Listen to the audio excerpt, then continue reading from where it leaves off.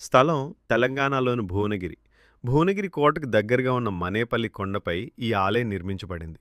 హైదరాబాద్ నుంచి సుమారు 47 కిలోమీటర్ల దూరం. ఆలయం నిర్మాణం ఆయన ప్రత్యేకతలు.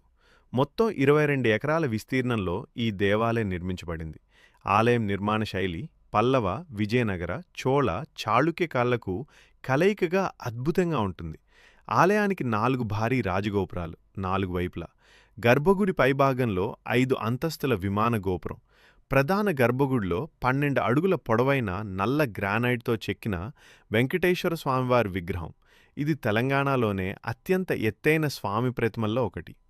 ఆలయంలోని ముఖ్య ఆకర్షణల్లో 40 అడుగుల ఎత్తైన హనుమంతుడి విగ్రహం, ఒక 15 టన్నుల భారీ గంట, జల నారాయణస్వామి సన్నిధి, నీటితో నిండిన అందమైన గర్భగుడి, లక్ష్మీ నరసింహ మండపం, గరుడ స్తంభం, వినాయక ఆలయం, కార్తికేయ స్వామి సన్నిధి వంటి మరెన్నో స్థలాలు.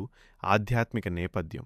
కథ: ఈ ఆలయ ప్రధాన దైవం శ్రీ వెంకటేశ్వర స్వామి, బాలాజీ.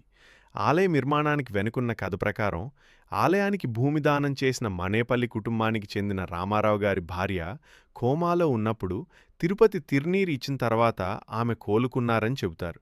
ఈ అద్భుతానికి కృతజ్ఞతగా వారు ఈ మహా ఆలయాన్ని నిర్మించారని చెబుతారు.